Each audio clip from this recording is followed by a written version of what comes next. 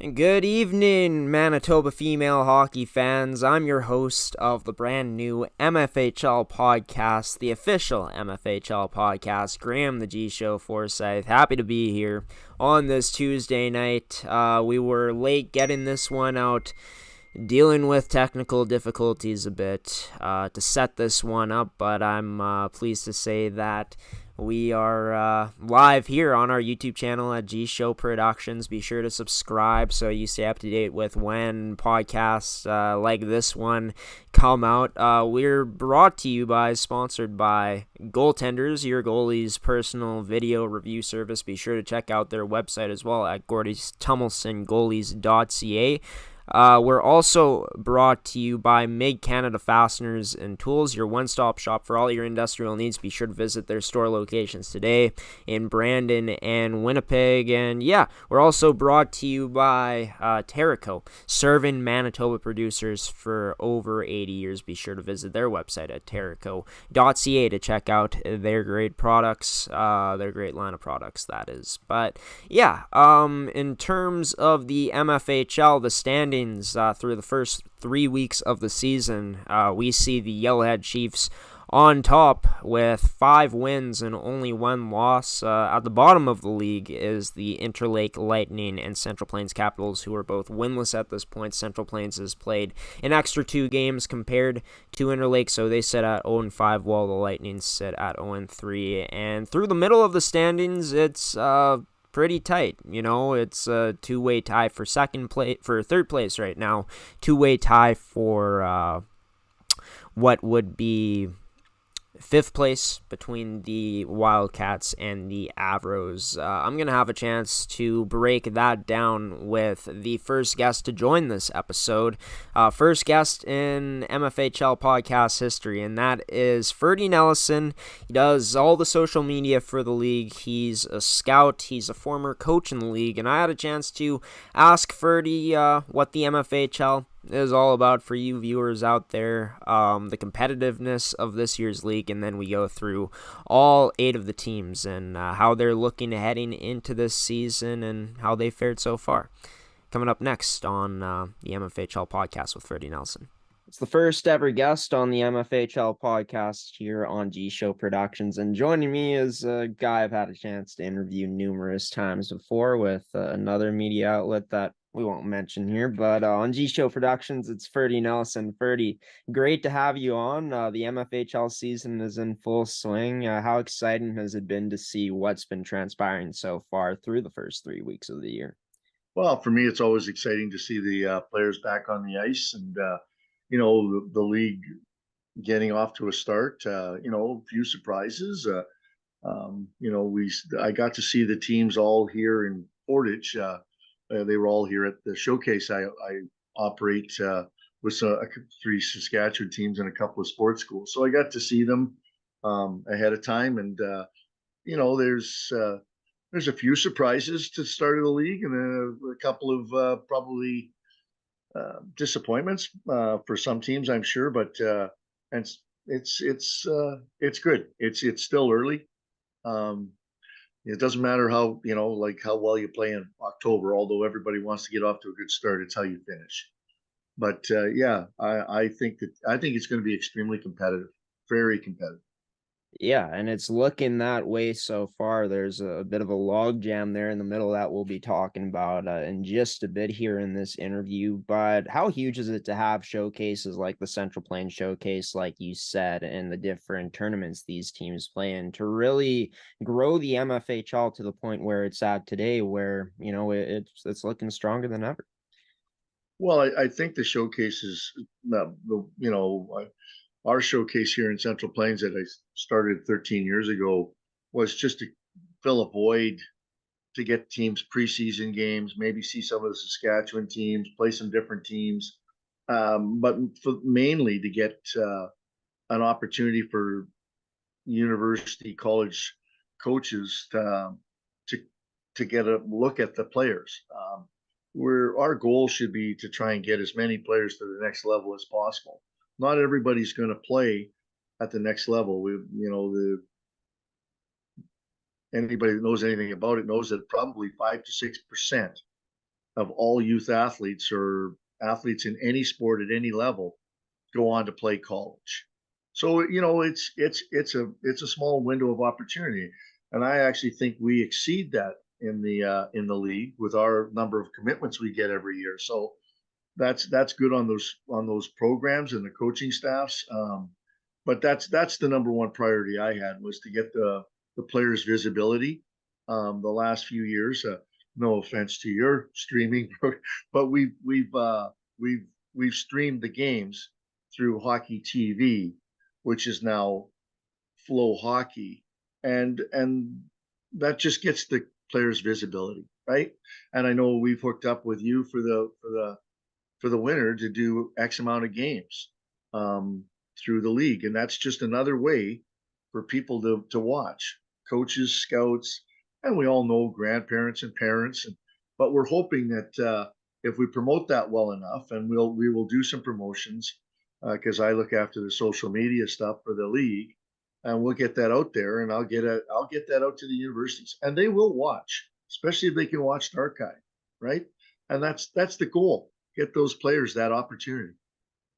Yeah, for sure. And G Show Productions, we're very excited to start streaming for the MFHL. It's not a question of if at this point, it's a question of when, just sorting out some of the technical difficulties. But Ferdy, I want to ask you, this season it's pretty tight in the standings to start off. There's been years where there's a clear cut, 3 or 4 teams that are most likely going to be competing for that championship. But what are you seeing this season early on in terms of how close the league has maybe really become in terms of the competitiveness? Well, and I started in the showcase where I was watching games between when the teams in the league played each other or other teams. I mean, the scores were all within 1 or 2 goals. And there's only been one really what I call bad game so far in the league, and that was, Yellowhead caught Central Plains 7-1, and that was the third game in 3 days for Central Plains. I'm not making excuses for them, and they did play their backup goalie. But at the end of the day, some of the scores are just tight. There's already been overtime. Yellowhead's out on top. I don't know if anybody predicted that. I always think they're a well coached, tough team to play against. Derek Tibbetts does a great job there.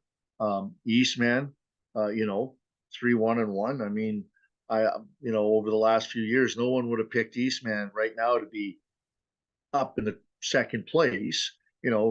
Pembina Valley got off to a good start.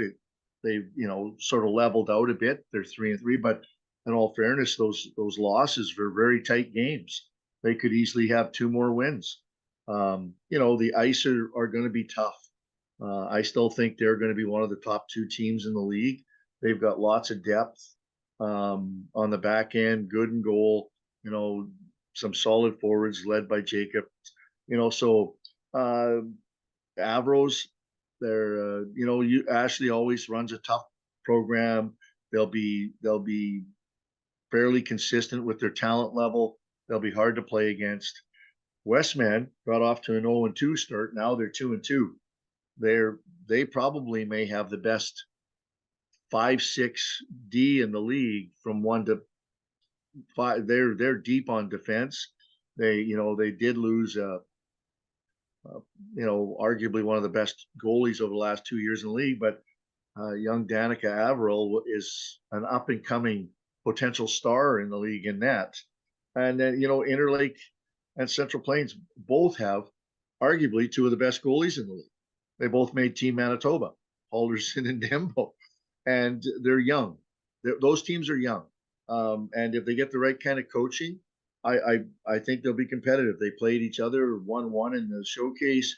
They were losing games 5-3. They played tough against Saskatchewan teams, won a game or so. So neither one of those teams is going to be out of the picture especially when they have those 2 goalies in net. And if they can just find a way to score some goals, they'll be fine. Central Plains played Eastman here the other night, and it was a 3-1 game with an empty netter. Could have went either way. So I think the league is going to be, it's an old saying, you got to show up to win, right? Right. right now in this league, I truly believe if you think you can take a night off, you're going to lose the hockey game. Yeah, and it's been that close to start off, like you said, so many one-goal games. There's only been that really one blowout that Yellowhead had against the Central Plains Capitals. But for the Yellowhead Chiefs, talking about them, this is always a team that is hovering around the top three position in the league. They got 17 goals for so far, 5 goals against, from what I counted, 15 returning players, and a lot of good ones coming back at that.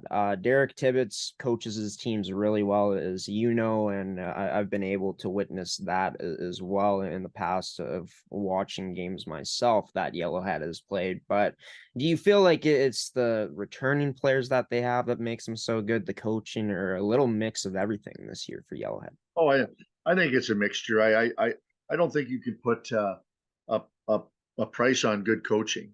Good coaching makes better players. Better players. If a good coach can make players better, he makes his team better. They play a solid brand of hockey. They they're very structurally sound. Derek knows the game inside and out. He's like when I was coaching in the U18 league, he was one of the tougher players coaches to coach against. He always makes adjustments. He never stands pat. He makes you coach when you're coaching it playing against him. And he gets a lot out of his players. They play. The one thing about Yellowhead is when you show up, whether it doesn't matter if it's in Shoal Lake or on the road, you're going to feel like you were in a hockey game.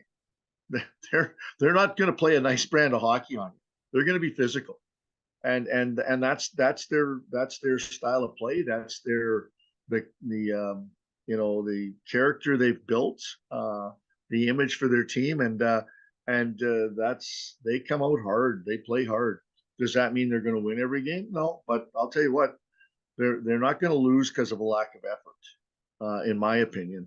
Their top players like Hannah Ray and Dara Thompson both made Team Manitoba.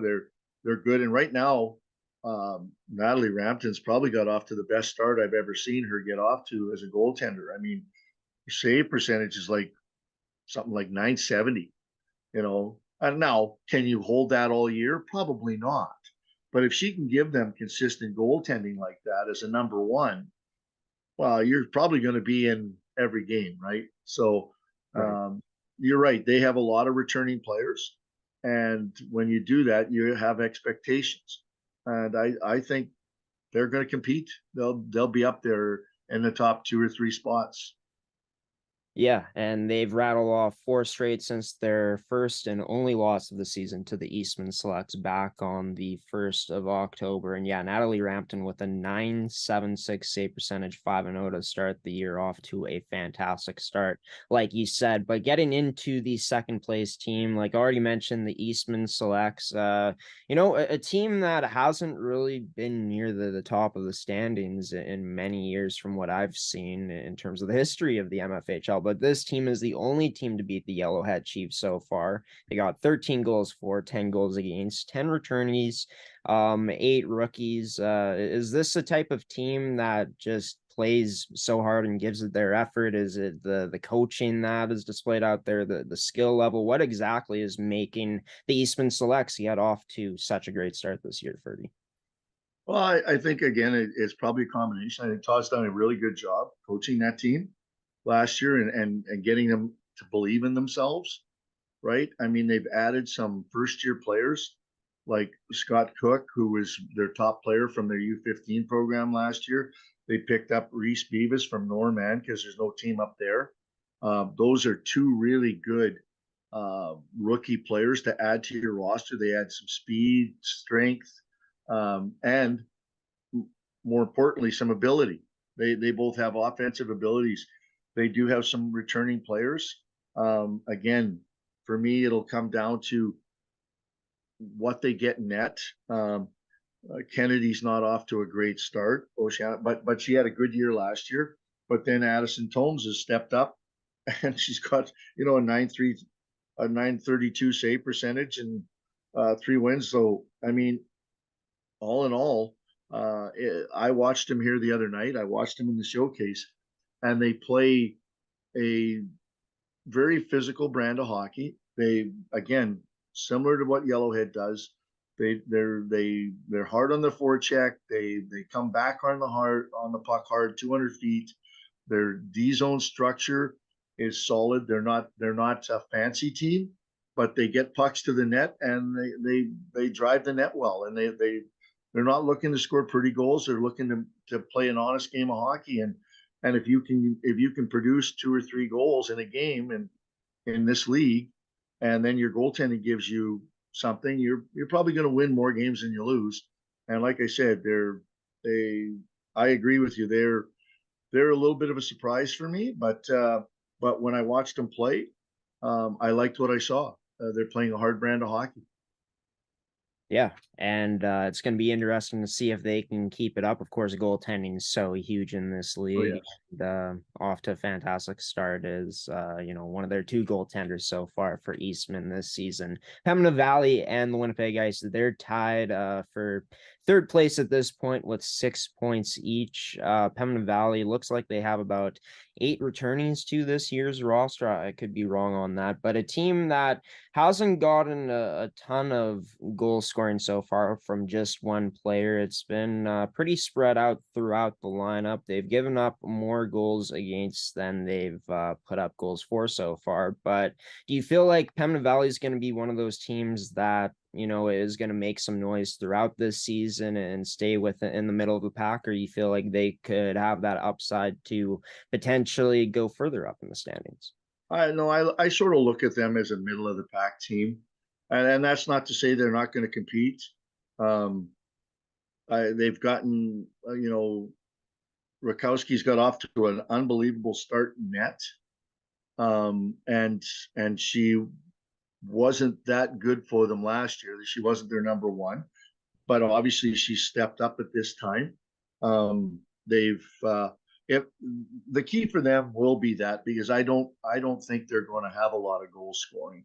Personally, I don't think they've got a lot of offense up front. They're going to have to be a hardworking team that battles for every puck they can get into the net.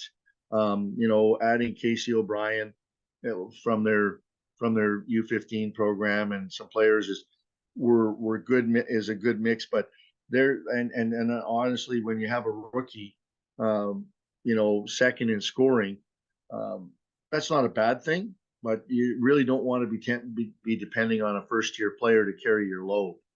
But so far, they've gotten off to a good start. They tapered off. Obviously, I think they're at 500 now, 3-3.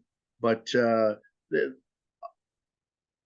they're gonna play hard. They're again, most of the teams in this league are well coached. They don't have the same kind of offensive depth up front that I think some other teams have that would be in my top four. Right. Fair enough. And a big story for them so far this year is taking down the defending champion Winnipeg Ice 2-1 back on October 7th Yeah, in Gordon. They made it close against Westman, taking them to extra time and losing it 5-4. So it's going to be interesting to see what happens this year. actually, the Wow. second game of the year, I think they beat Westman They did. They did. too. Beat Westman. And again, that was Rakowski and net back to back, stopping a ton of pucks. Right, they were outshot badly in both games, um, but you need goaltending in this league, and that doesn't mean that they didn't play good hockey games. But if you don't get that, like, she got off to that kind of start. Whether she can maintain that is the question, right? Yeah, for sure. And we'll be keeping an eye on Rakowski all season long to see how her play progresses. Maybe it dips. We'll have to wait and see to find out. But for the defending champion, Winnipeg Ice, they've made it to the finals 2 years in a row.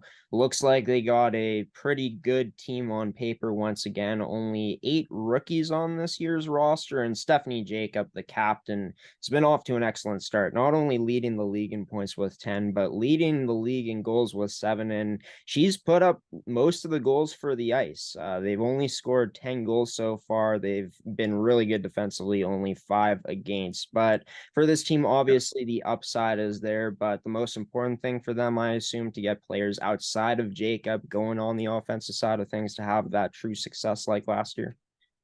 Yeah, I mean, losing Braun, moving away, that's a lot of points. Yeah. I still think they've got their best player from last year. I think Stephanie Jacob is their best player. I think she was their best player last year. Maybe she didn't put up the same. She put up points, maybe not the same number of goals as Kelly Braun, but I think she's the player that's gonna the straw that stirs that drink. I mean, she's got all the skills. She's got offensive skills. She plays a 200-foot game. They can use her on the point on the power play. She kills penalties. The rest of the team will fall. I think they've got some depth on the backside, and they've got some experience in the net. Eugene has a solid core there to build on. Um, I think they'll be in the hunt. They've got talent. I actually went and watched the first game of the year where they beat Westman 2-1 at the Iceplex. I scouted that game, and that game could have went either way. And both those teams have got speed up front, have got some skill on the backside, have got goaltending. I think, yeah, I don't know how you wouldn't look at the Ice as a team that's going to be in the hunt somewhere along the line at the end of the season. Yeah, and I mean they've lost some key players, like you said, and Haley Braun, Ella Maternick's not there Yep. anymore, losing a really good defenseman and Ali Staples on the back end, Ava Bergman as well. But Yep. Laura Melissa, Ava Bergman played hard for them. yeah, I have liked what I've seen from their rookies. Their rookies are skilled, have got some size, uh, are good skaters. I think that's kind of the player that Eugene Kaminsky looks for. He likes to have those players that have good mobility.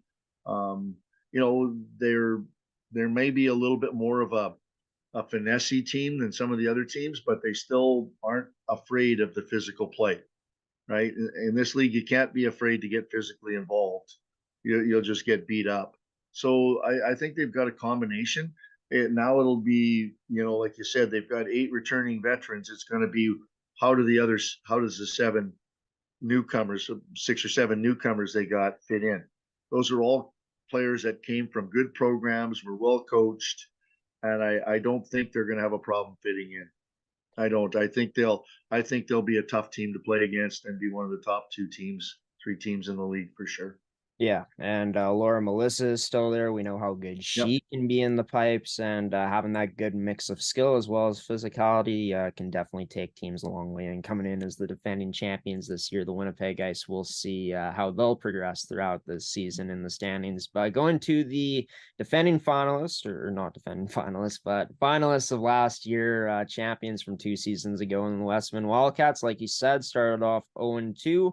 Now at 2-2, 11 goals for, 9 goals against. Like you said, you feel like they're deep with that bottom pairing of the 5th and 6th defenseman on this team. Always a well-coached team, and Guy Williams with what he puts out on the ice. Could we be seeing Westman, climbing up the standings as the season goes along now that they are starting to get their feet under them?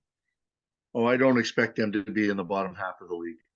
I just don't. I just think with Franklin and leading the pack on the back end, and Hillhurst and Vines and the place that's the defense core they have. You can always build around a good D if you're good in your own end. I used this with my U15s the other day. If you're good in your own end, you can get down to the other end to be good. So you got to it's got to start in your own end. And they, I know Danica Averill is not proven in this league yet, but I coached against her last year as a U15. and she's big and strong and got mobility. She's going to be a good goaltender in this league. Um, her save percentage is 931 she's still a U15. That's solid goals against. They've got a solid D core in front of her. They've also got, they did lose a lot up front. There's no doubt about it. They lost a lot of key character forwards, but they've Sass coming in from the U15 programs, and some of the players they have up front are Rutherford and Huber. Hubers. They've got goods. They've got skill up front. There's shot. There's no doubt that they'll get their wheels going underneath them.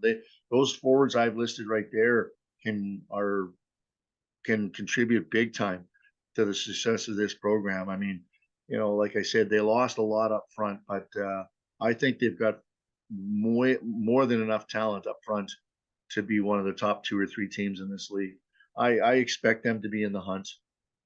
Yeah, and Guy Williams always seems to make it that way, the way he coaches. One of the top coaches in the MFHL. And just want to note that Paige Crossley, a second-year player on this team, has been carrying the load offensively so far. 4 goals in 4 games played for 5 points to lead the team. And I didn't even mention the forwards that I was talking about. Because they, like I say, this is not the thing about Westman, that if you pay attention to them, they're not afraid every year to go young. They're not afraid. They're not afraid to bring in young players and take chances. They look at their skill sets. They look at their speed. They have a certain style of play, and the last few years, it's been very successful for them. Very successful. Yep. Like I said, losing Grace Glover in net was huge. Grace was a rock for them back there the last 2 seasons. But like I say, Danica Averill is one of the up and comers in the province, in my opinion, in goal.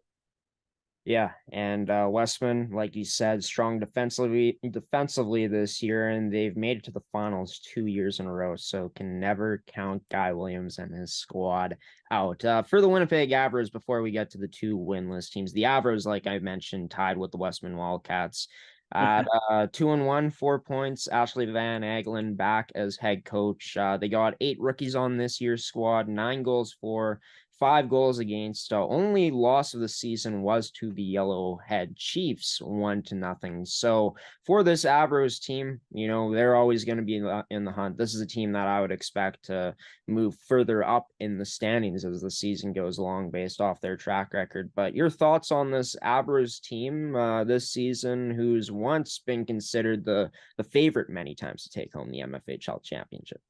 Yeah, I wouldn't have them as the favorites this year, but I don't think you can ever count them out. There's more than enough talent there to be competitive, and if Sylvester plays like she did last year in net for them, she's actually gotten off to a little bit of a slow start, but she was one of the 3 goalies remaining with Team Manitoba. She was the odd man out when it came to picking the 2 goalies, but you've made it to the top 3 in the province, and last year she was one top rookie in the league as a goaltender. I mean, so they're good in the net. They've got solid D. They've got some. I'm really looking forward to watching some of their young forwards like Pierre and some of these players. They've got some youth there, but their youth didn't look out of place here in the showcase. They compete. Is it going to be a little bit of a rebuild, if you can call that, for the Avros? Because if you look at how the ice and the Avros operate, they generally never lose more than about a third of their roster. This year's a little bit more because they usually have X amount of rookies, X amount of second years, X amount of third years, and they can get a nice cycle going in Winnipeg with the numbers. I think this year will be a little bit of a rebuild for them. But that being said, again, a well-coached team, a veteran coach in the league. Ashley knows what it takes to get to the top. She knows what it takes to win, and and they're always a very structured team that is tough to play against. Yeah, for sure. And I mean, returning players in Isabella Huculuk and Yep. Ellis Beachley leading the team with 2 goals each. So Lazat, you know. thought as well as there. So yeah, lots to look forward to still on this Avers roster, even though on paper they're not as strong as years previous, but definitely a team that I feel like you and me agree going to be in the hunt in terms of getting closer to the top of the Yep. standings as this MFHL season goes along. But the Interlake Lightning and the Central Plains Capitals, the 2 remaining winless teams in the MFHL, like you said, both teams have really great goaltending, but outside of that, where are you looking at as the issues so far for these teams? Well, I think both teams are going to have to find a way to get the puck in the net. Yeah. I think when you're the type of teams they are, you can't be looking to be overly finessing. You can't be looking to think you're going to make the fancy plays all the time. You've got to get the pucks to the net, look for rebounds, crash and bang, keep your game simple, be good in your own end. We know that both of them are good between the pipes. I mean, both those goalies make saves, right? They've shown that year for the last 2 years. There's no inconsistency in the talent of the 2 goalies, Halderson and Dembo, that we're talking about. They make saves, so they're going to give you a chance to win. But what are you going to do out front of them to make sure it happens? I think when I look at both teams, they have some young talent coming in. I think Central Plains might be a little bit younger this year than Interlake. I think 2 players that really stand out for me because I coached them were Taylor Tarrant and Faith Legault on the Central Plains teams. Both these young players have got tremendous hockey IQ. They both work hard. They both got skills, but then you look over on the other side and Windros and Barlowski and there's some players there that can make an impact for Interlake outside of being the goaltenders. What they really got to do is keep their game simple. Like I say, be good in your own end, get pucks to net and crash and bang. They got to play a physical style. There's returning players for both teams. Like Dittmer is off to a good start when I've watched Central Plains. Anderson, Dupuis. Those players have to step up. They've had a year or so in the league now for Central Plains. Same with Windros, Barlowski, Staples here. Those players have all been in the league for a couple of years. You now have to step up as leaders because these teams are going to need someone to do that. And if they don't get that, then they'll be in trouble. But I've seen both of them play. I watched them play here in the showcase, and they both won tied games. They tied each other. They were competitive against the other teams in the league. Central Plains played Pembina Valley here, lost 5-3 on an empty netter. I mean, Interlake was 4-2 with the Avros, and so I mean, it's a competitive. They're competitive, but they can't be overthinking it. In my opinion, they've got to keep their game simple. And Ferdy Nelson, a scout, still a scout. He's been a coach in the MFHL and runs all of their social media, of course. So you can thank Ferdy for all the great posts coming out everywhere that the MFHL is on social media, places like Facebook, X formerly known as Twitter, as well as Instagram. And the funny thing that I'm just noticing, I just realized as I was watching that, was I didn't end up changing back into the shirt I wore for the interviews for this episode. I ended up doing a MMJHL podcast tonight, which you folks can go check it out. It's fully available to watch now on our YouTube. It always was. It was just being live streamed before, of course, before we went live for this one. But yeah, in terms of the Central Plains Capitals and the Interlake Lightning, they really got to find a way to get their offense going, because in 5 games games so far for Central Plains. They only have 5 goals. Averaging 1 goal a game ain't going to get it done, as good as Denbo is in net for them. This team has struggled defensively. Of course, that blowout loss to Yellowhead definitely inflating this number, but 17 goals against so far this season for Central Plains. For the Interlake Lightning, they have 10 goals against, and for them, offense has been a problem early on.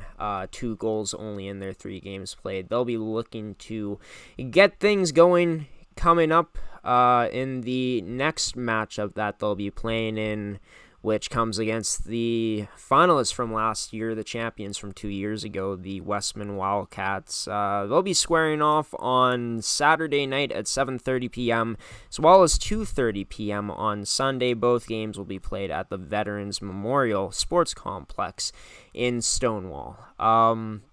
Speaking of teams in the MFHL, I had a chance to talk to a old friend, someone that I haven't had a chance to interview in quite some time.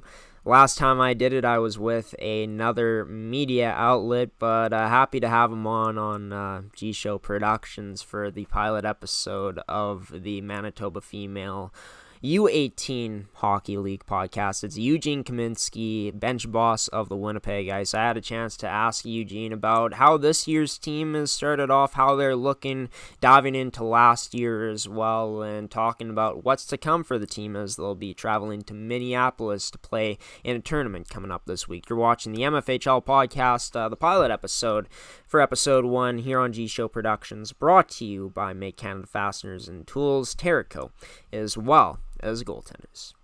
Eugene Kaminsky, head coach of the defending champion Winnipeg Ice, joining this edition of the MFHL podcast for the pilot. Doing this earlier on, Eugene has a Jets game to catch in just a bit as the LA Kings are coming to town tonight. But Eugene, it's great to have you on the show, and another season is fully underway for you guys. How have you felt so far about how things have went for the team?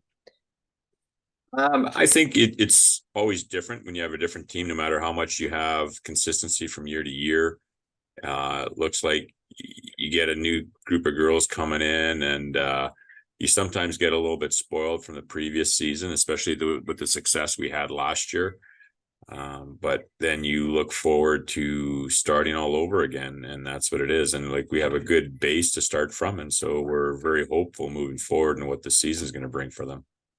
Yeah, and last season, this team was the second best in terms of standings in the MFHL with 22 wins, 5 losses, 1 OT win, 1 OT loss. 9 returning players to this year's roster, 8 rookies. There's been some turnover, but let's talk about last season. Obviously, you girls, the team of girls, the young women ended up making it to the finals the year before against the Westman Wildcats. It was a rematch, and you were able to take them down. How special was that, bringing home the first championship to the Winnipeg Ice since they returned?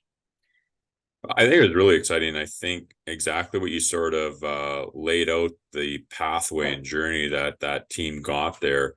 Even the year prior to that, and that was what we'd sort of consider the COVID year, where we also went into the finals, and we were supposed to meet up with the Winnipeg Avros, but because of COVID shutdown, we didn't get that opportunity. So we saw a lot of growth with that team during that season. And then the following year, we followed it up again by being able to make it right to the finals against Westman, which was a very talented team. And they swept us in that series 3-0. And I think it gave us as coaches and the players that were going to be coming back a lot of things to learn from. And I think it prepared us for that season that we won last year by going into not just into the Westman series, but all the series we faced. We didn't have a single loss in the playoffs, which is one of the things I'm very proud about. And we were able to finish it off with a fantastic championship for sure. Yeah, and what a run this team went on. Only one team ended up going to OT, which of course you guys ended up winning. The defensive dominance was there, only 7 goals allowed in those 9 games, obviously with the 30 goals too. So just talking about, I guess the balance that Winnipeg Ice team, obviously being a big reason why you and that young group of women were able to get over the top. Yeah, no, that's exactly as you pointed out. It was a strong balance. We definitely had probably the most prolific scorers on the team. We were probably the most explosive team in the league that year from a goal scoring standpoint, with the likes of Steph Jacobs, Ava Bergman, Haley Braun, Ella Martinick. We had a lot of strong people that could put the puck in the net, and combined with the fact that we had some very strong defense, that also allowed us to limit the scoring chances. And then during the playoff run, our goalie Jordan Nepeniak Sargent had a fantastic run in those games that she played. She played in 8 of the 9 games that we won, and yeah, and if I'm not mistaken, I think she probably had about 3 shutouts during that stretch.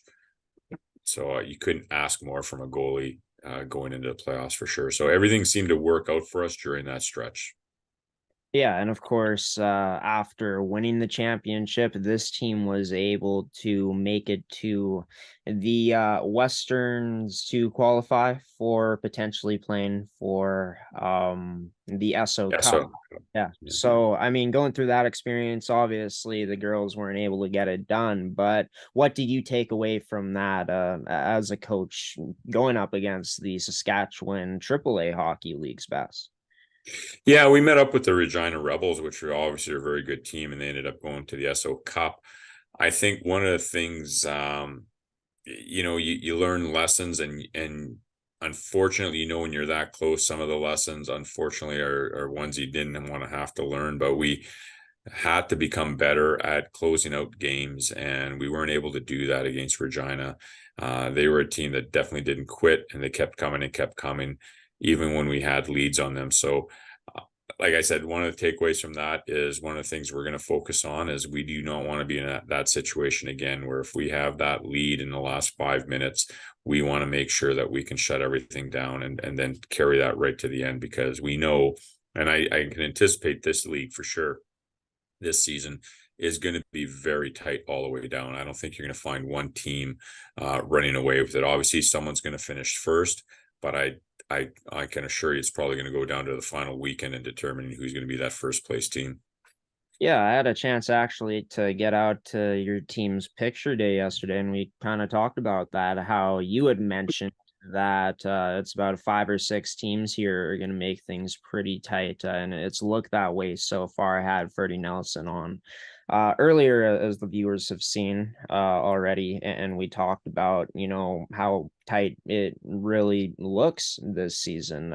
Speak about that, coming in as defending champions with some turnover on the roster. You said to me yesterday, having that target on your team's back, how much difficult you think it's going to be this season compared to maybe other years to go through a full 28 game regular season. Well, I think from the good and from the bad that's going to come from this is that, yeah, we are definitely going to be the team that everybody wants to beat for one reason or another. And obviously, being a championship team, there's going to be teams that want to knock you off that pedestal. So we have to be prepared for that. We've talked about that as a team, that there aren't going to be any easy games. Every team that's going to come up against us is going to give us their best.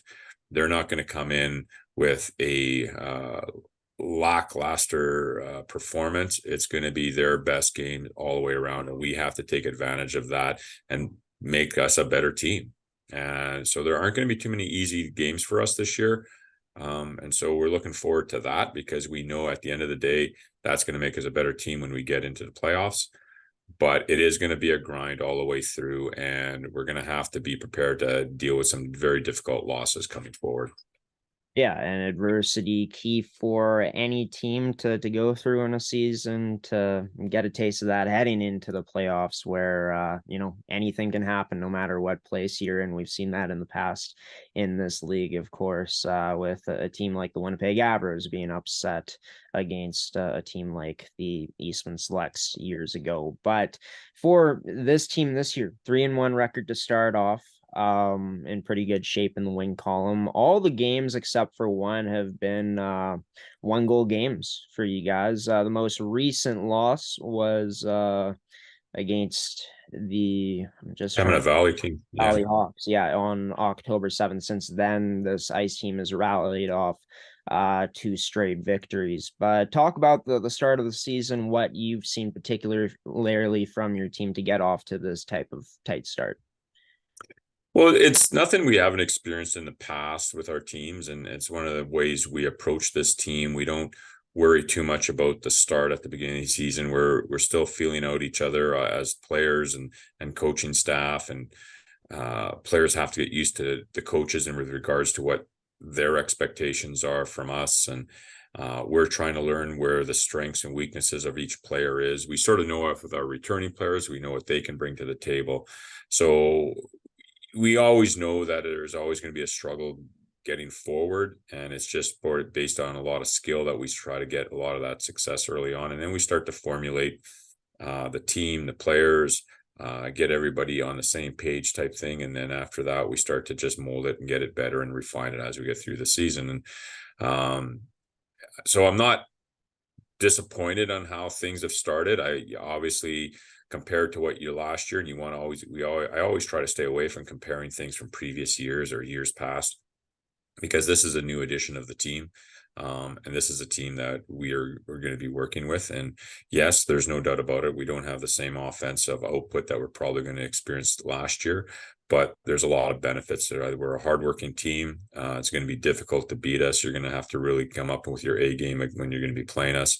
So as much as I said earlier that we need to be prepared for every team that's coming forward, there's going to have a lot of teams that are, if they beat us, they know it's going to have to be on a very good effort.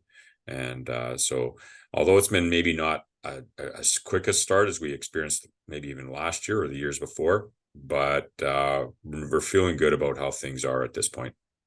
Yeah, and one player I'm sure the team and the whole coaching staff feels very confident in is returning player, third-year player and captain Stephanie Jacob, not only leading the league in goals and points with 7 goals and the 10 points, 3 assists so far, but also leading this Winnipeg Ice team by quite a bit in the goal category. This team only has 10 goals for in total this season. She has 70% of them. How huge is that to have Stephanie back, given that, like you said, this Ice team doesn't have the same type of offensive firepower as last year specifically? Yeah, well, when you got a player like Steph, who in my opinion is without a doubt the best player in the league right now, and if she continues this pace, she'll no doubt be considered the best player in the league. She's a player that definitely is a goal scorer. She is that goal scorer. She likes to score. She knows how to score. Given an opportunity, she'll probably be more successful than not. And so when you have a player like that, and literally she is carrying us right now as the season is going on. And some people look at that as a bit of a concern and saying, well, you're not getting any scoring from anybody else. But at the same point, I'm going, well, if we're winning games with the way Steph is playing, those other goals are going to start coming pretty soon. So I'm not too worried about that. So, like I said, once the rest of the team starts to chip in, it's just going to start to keep rolling and rolling. So looking forward to that for sure. Yeah, and I mean, a player like that, her impact could, have some really positive effects on the rest of the team and the influence she has as the captain. Talk about this year's leadership group, though, outside of Stephanie. Speak about the players you guys have selected to, be the assistants and help her out on the leadership side of things. Well, we got the like with Annika Russell, again, another third-year player that's been just a hardworking individual. She gives it her all, very mature, and that's a key thing for our leadership crew. We wanted to make sure we're picking mature individuals that have the ability to work with others, are able to deal with some criticism, maybe from players and from coaches, and be able to return that in a mature manner. And all four of them can do that. So that's very exciting. And we have Brie Kant, who is on our D side. She is probably one of the best D in our league for sure.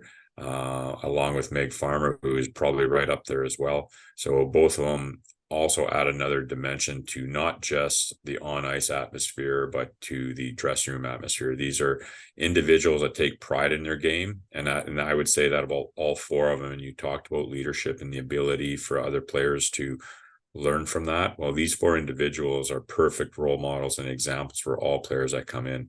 And like I said, we've been blessed over the year with some great leaders. And that culture seems to be continuing from year to year to year, and we want to continue to grow that. And with these four, the other players can't help but learn something from them. And I've already had conversations with other players and mention and watch how these players interact on the game in the practice. And if you continue to do that, if you do what they're doing, you can't help but become a better player. We've spoken so far about, the lack of offensive firepower compared to, last year with this team. But the defensive play has held up really well so far, only 5 goals against in the 4 games played so far. This D-core, of course, being led by players like Meg Farmer and Brianne Compte, Laura Melissa back in the net for another year. We all know, well, I know how good she can be because I've witnessed it before in a game 2 years ago in Pembina Valley where she was lights out. Do you feel like this year's Winnipeg Ice team, the defensive side of things, could be maybe become the focal point as things go along? You know what? There's no doubt about it. I think if you want to have a championship team or you want to have a successful winning team, you definitely need to be able to build from the goal line out. And as you meant, we have Laura and we have Bailey Grunwald, who 2 fantastic goalies for us. So we're very confident that add to the D-core that we have. I'm very comfortable in saying that it's probably the best D-core in the league. We have players that are going to be able to step up and be strong contributors, not just offensively. And that's a key thing. I think people get and even our own defensemen get hung up on the points in that. But when you take a look at the D zone opportunities, they're really limited. Yes, teams are going to get shots on us, and they might even get rebounds, but those chances are not high quality chances all the time. And so the pucks are coming from the outside. If they're going in, there's a lot of deflections and maybe screens and stuff, and those things are going to happen in a game. We know that. But if we're limiting teams to 1 or 2 goals, we know we're going to be very successful this year. The team is going to be traveling to the States coming up to play against teams like the Florida Alliance and the Madison Capitals. Won't be playing in league action until next week on Friday the 27th against the Central Plains Capitals. But how huge is that to be able to get out of the province, going to another country, I assume going to the States to play these teams, to get that team bonding even stronger here early in the season? Yeah, this is something I know we as a team are sort of looking forward to. In many respects, we use this as our jumping point as our team formulates. Although we've probably been on the ice together as a group for almost a month and a half already, in practices, and we've had games and we had the Portage Showcase. This bus trip, when you get an opportunity to have a bus trip and get everybody together and the girls to be able to be together as a team for an extended period of time, I think that's where you start to solidify the team, start to create the culture of each individual's, learn what it means to be a teammate and support and the good times and the bad. And I know we're going to be going up in Minnesota against some very difficult competition. And I think there's going to be some opportunities for us to realize that, hey, there's things we need to work upon. But at the end of the day, I think when we come back, I'm really, no matter what our record is in Minneapolis, I'm looking forward to coming back and then saying, okay, we are a team and let's start moving forward. And I think that's where we're going to start to see some of the things positive. I recall in our very first year with the Winnipeg Ice, in our first 7 games in the league, we had 1 win and 6 losses. And then we had our trip out to Detroit, and we had our first sort of event together as a team. And then we came back, and then in our final 21 games, we had only 2 losses. And so things like that can be a huge catalyst for a team. And so we look forward to that, and, making a push after we come back to Minneapolis. Well, it's going to be exciting to see for sure how this Winnipeg Ice team can potentially elevate their game once they're done in Minneapolis coming up this weekend to play against some competition you don't usually face of course here Yeah. go out of province to play these teams. Eugene Kaminsky, head coach of the Winnipeg Ice, joining this edition of the MFHL podcast on G Show Productions. Eugene, always great talking with you, and best of luck to you and the team upcoming this weekend and moving forward this season. Great talking to you again, Graham. It's always a pleasure. Take care of yourself. And Eugene Kaminsky, bench boss, also known as head coach is what that terminology is, of the Winnipeg Ice, the defending champions in the Manitoba Female U18 AAA Hockey League, joined me on this edition of the MFHL podcast, brought to you by Make Canada Fasteners and Tools, Terrico, as well as goaltenders, and for the Winnipeg Ice so far this year, as mentioned in this podcast already, 10 goals for, only 5 against to start off this season. So definitely a team that has shown their really good defense so far. Just got to find ways to get things going offensively outside of Stephanie Jacobs this season if they want their best chance to repeat, because one player doing as good as Jacob has done is great, but to win, and the Ice know this as well as every champion, is you need a complete team to do it. Let's get into the league leaders in terms of the stats through the first 3 weeks in the Manitoba Female U18 AAA Hockey League. Starting off with the goal leaders. Stephanie Jacob for the Winnipeg Ice, as mentioned, leads all players in goals to start off this year in only 4 games played. The next best is Dara Thompson for the Yellowhead Chiefs. Going to be a big-time player for them this season with 5 goals. Then Paige Crossley of the Westman Wildcats is in third in the goal category with 4. In terms of the assist leaders, it's Abigail Brigg for the Pembina Valley Hawks and Chloe Nicholas of the Winnipeg Ice, both tied at the top with 5. Hannah Ray is also tied for the assist lead in the league at 5 as well for the Yellowhead Chiefs. And then looking at the points leaders, Stephanie Jacob leading all players in points through her 4 games so far with 10. Hannah Ray is second in points with 7 in 6 games played. She has 2 goals as well as the 5 assists. And Abigail Brigg, Chloe Nicholas, and Dara Thompson all tied for third with 6 points. Taking a look at the goaltenders, we'll take a look at the save percentage. It is Natalie Rampton of the Yellowhead Chiefs, as me and Freddie Nelson talked about, off to a fantastic start to start her 2023-2024 campaign, and as Freddie mentioned, off to the best start he's seen her at statistically. 976 save percentage. She has 2 shutouts and 5 wins and is undefeated through her first 5 starts. In second for save percentage is Bailey Grunwald for the Winnipeg Ice. She's only played 2 games. She has a win, and she has a 9.63 save percentage. Adriana Almeida for the Winnipeg Avros in second in save percentage in the league, or in third in save percentage with a 9.55 save percentage. Natalie Rampton, she leads all goaltenders in wins so far.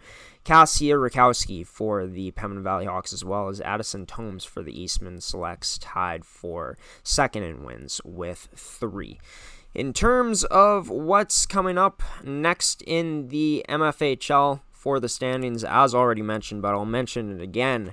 There's only 2 teams going at it, playing each other in back-to-back days this upcoming weekend, and that is the Westman Wildcats taking on the Interlake Lightning in the Veterans Memorial Sports Complex in Stonewall. 7:30 p.m. on Saturday is the first matchup of the weekend between the 2 teams, and then the second of the back-to-back games goes at 2:30 p.m.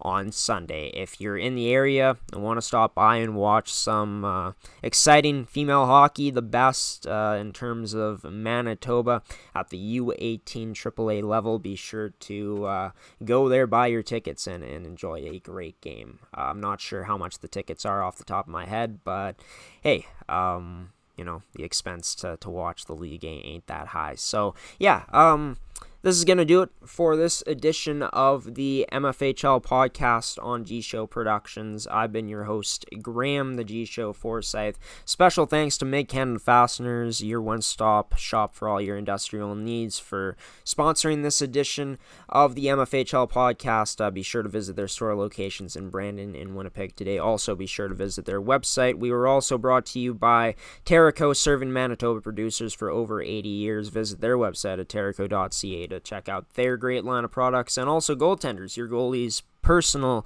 video review service. Be sure to visit GordyTumilsonGoalies.ca to learn more about what's offered there. Pretty much a Zoom one-on-one with his clients, and he does goaltending coaching a different way, an effective way, I'd say. Pretty cool that Gordy started that out. But yeah, thank you to you, the viewer, for tuning in to this edition of the MFHL podcast too, and a special thanks, of course, to Ferdy Nelson and Eugene Kaminsky for coming on and being the guests in the inaugural episode of the MFHL podcast. We are going to be back next week on Monday. This is when this podcast is going to air every Monday night. Just thought I'd do this one on Tuesday, do a double premiere, of course, as mentioned, did the MMJHL podcast before this one. That was a lot of fun. If you want to check it out, it's in our live section here on our YouTube channel at G Show Productions. But in terms of next week on the MFHL podcast, I'll be sure to have some other great guests joining me, hoping to get some players on the podcast. I'm going to make that my mission to do that this week, to line up some players for next week. But yeah, if you want to stay up to date with who those guests will be sure to check us out on social media. We'll also have the description for the next episode up on our upcoming events section on our website at gshow.ca. Speaking of our website, we'll be posting blog content all season long for the MFHL starting next week. New blogs are going to be dropping next Monday. We're calling it Sports in the Prairies. That's the line of blogs. Volume 2 came out yesterday. Volume 3 comes out next week on Monday, so you'll be sure to want to check that out, and feel free to check out the stories that were posted yesterday. But yeah, we're going to be live streaming MFHL games at some point this season, just still working out the kinks like I mentioned earlier on in this edition of the pilot. And yeah, in terms of other stuff to come this week on G Show Productions, we're going to be doing our Winnipeg Jets podcast tomorrow at 9 p.m. Central Time, called the Jet Fuel Podcast, the official Winnipeg Jets podcast of G Show Productions. Going to be airing our Pilot Mountain Hockey Academy podcast on Thursday night as well. And for you football fans out there, we got a treat for you on Friday night. The Bombers podcast returns, the True Blue podcast, after some time off from that, a little bit of a hiatus that I've taken with that show. So yeah, be sure to check us out on social media to get all the details. But that's enough rambling from me. Until next Monday, MFHL fans, I've been your host, Graeme, the G Show Forsyth, giving you the salute, peacing out, and saying so long on this Tuesday night. See you next week, folks.